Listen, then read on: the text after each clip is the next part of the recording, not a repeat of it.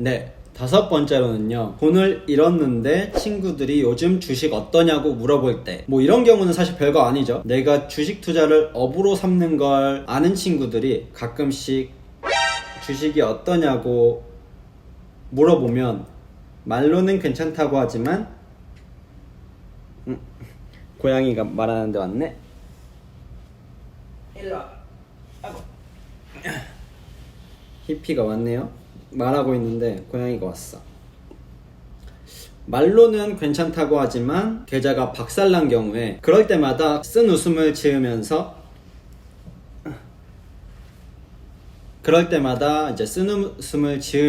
건재하다고 말해야 되는데 작은 스트레스들이 쌓여서 친구들을 기피하게 됩니다. 하지만 이제 그러시지 않기를 추천드려요. 주식 투자에서 성공한다는 것은요, 인생을 갈아 넣어야 성공하는 것이 맞지만 그렇다고 자신의 이제 소중한 친구들을 멀리하면서까지 성공해야 될 이유는 없다는 생각을 해요. 여러분들의 친구는 정말 여러분들이 어떻게 지내는지, 주식 투자한다고 너무 외롭지는 않은지 걱정하는 친구들이 있을 수도 있기 때문에 주식 투자 안에서 손실을 봤다고 사람들을 적대하거나 그런 실수는 하지 않으셨으면 좋겠어요. 저 같은 경우에도 주식을 하면서 친구들과 멀어졌던 기억이 있는데 지금 생각해보면 모두 나를 생각해주는 친구들의 따뜻한 마음이었는데 그때는 마음의 여유가 없어서 그런지 적대감만 가졌던 기억이 있기 때문에 지금 생각해보면 후회되는 날들 중에 하나예요. 그래서 여러분들은 그런 실수를 반복하지 않았으면 좋겠습니다. 그리고 여섯 번째로는요, 주식을 하다보면 5만원, 10만원, 20만원이 HTS 안에서는 이제 사이버머니처럼 느껴져서 노동을 하기 싫을 때, 근로소득이 무의미하다고 느껴질 때 많은 분들이 사실 이러한 경험을 할 텐데요. 특히나 직장인 분들이 목돈으로 주식 거래를 하다가 상한가 몇 번 맞고 1년 정도 이제 안정적으로 투자하면 자기의 연봉만큼 수익이 날 때가 있죠. 그럴 때면 내가 이렇게 편하게 돈 버는데 왜 회사를 다닐까? 이런 생각을 하기도 해요. 내가 주식 투자하면 이렇게 편하게 1년에 연봉을 한 달 만에 버는데 이런 생각이 드는 게 당연한 거죠. 근데 대부분의 제가 본 주식 투자로 망하는 케이스는요, 이렇게 시작된다는 거죠. 잘 다니던 직장을 관두고 모니터 앞에서는 이제 허송세월을 보내다가 벌어놓은 돈 다 털어먹고 직장을 다시 찾고 있는 경우가 종종 있어요. 제가 이제 직장인이었죠. 직장인이고 뭐 박람회 전시회 주최업을 했었고요. 네. 그걸로 시드머니를 만드셨고. 그렇죠. 그걸로 시드머니를 좀 많이 만들었고요. 전업 투자자의 삶을 살고 있고요. 매매가 전업이세요? 그렇죠. 매매로 이제 먹고 사는 그런, 이 미실현 금액은 1,300 정도 되고요. 실현 손익이 한 5천만 원 정도.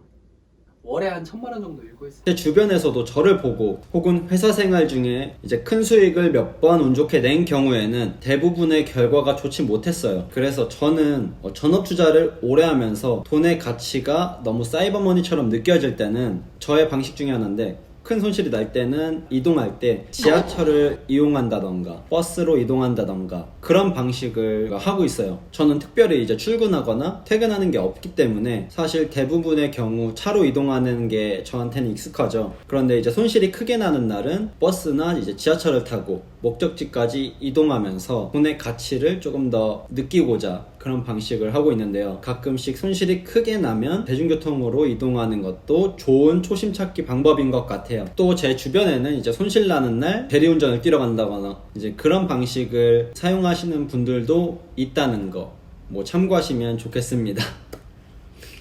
그리고 일곱 번째, 다른 사람들은 나를 백수라고 무노동으로 돈을 번다고 하지만 24시간 머릿속에는 주식을 위한 노동의 시간을 보내고 있을 때, 여러분 공감하시나요? 잘 안 될 수도 있어요, 공감이.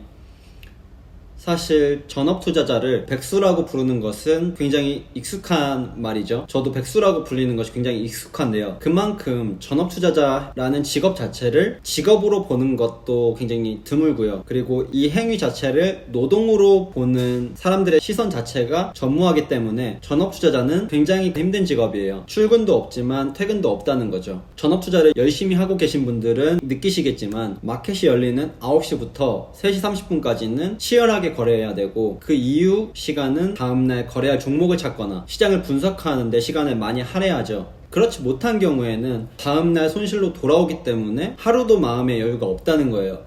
저같이 전업 투자자를 오래 해서 일정 자산을 모아놓지 않은 경우에 대부분의 전업 투자자가 마음의 여유가 있기가 굉장히 힘들다는 거죠. 전업 투자를 오래 하면 사람 간의 관계를 맺기가 힘든 경우가 많은데요. 저의 경우에도 사실 사회성이 좋지는 못해요. 지금은 많이 좋아졌는데 대부분의 대화에서 주식 관련 이야기가 아니면 흥미를 느끼지 못하고 머릿속에는 온통 다음날 무엇을 거래해야 되는지, 시장은 어떤 상황인지 그런 생각이 계속 머릿속을 이렇게 지배하고 있기 때문에 거래하고 있지 않은 시간에도 사실 정신적인 피로도가 굉장히 높다라는 것. 출근도 없지만 퇴근도 없기 때문에 전업 투자를 제대로 하는 분들은 굉장히 저와 같이 정신적인 피로도가 높을 거라는 생각을 해요. 그래서 다른 사람들이 전업 투자를 인정해주지 않을 때 굉장히 현자 타임을 느낀다. 그리고 8번째는요. 같은 종목을 거래했는데 누군가는 수익을 보고 나는 손실을 볼 때, 이럴 때 나는 왜 손실이 났을까 질책하는 경우가 많습니다. 굉장히 현타도 오죠. 이런 순간마다.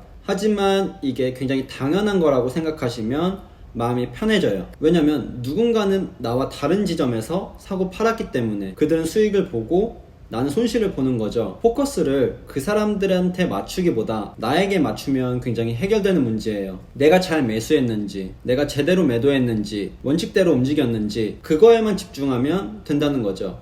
남들과 비교할 필요 전혀 없다는 거예요. 나는 나만 잘하고 있는지에 신경을 곤두세우면 길게 봤을 때 좋은 결과는 나에게 따라온다는 거예요. 저는 이것을 굉장히 많이 경험하다 보니까 누군가 나와 같은 종목에서 수익 내고 손실 나는 것에 대한 신경을 쓰지 않게 되었어요. 그럼 오늘 이렇게 제가 주식 하면서 현타 오는 순간들에 대해서 이야기 해봤는데요. 여러분들이 이렇게 공감 가시는 이야기가 있는지는 궁금하네요. 저만 느끼는 건지 아니면 여러분들도 이렇게 느끼시는 순간들이 있는지 굉장히 궁금하고요. 그리고 제 경험에서만 이렇게 이야기했기 때문에 공감이 될 수도 있고 안 될 수도 있다는 생각을 해요.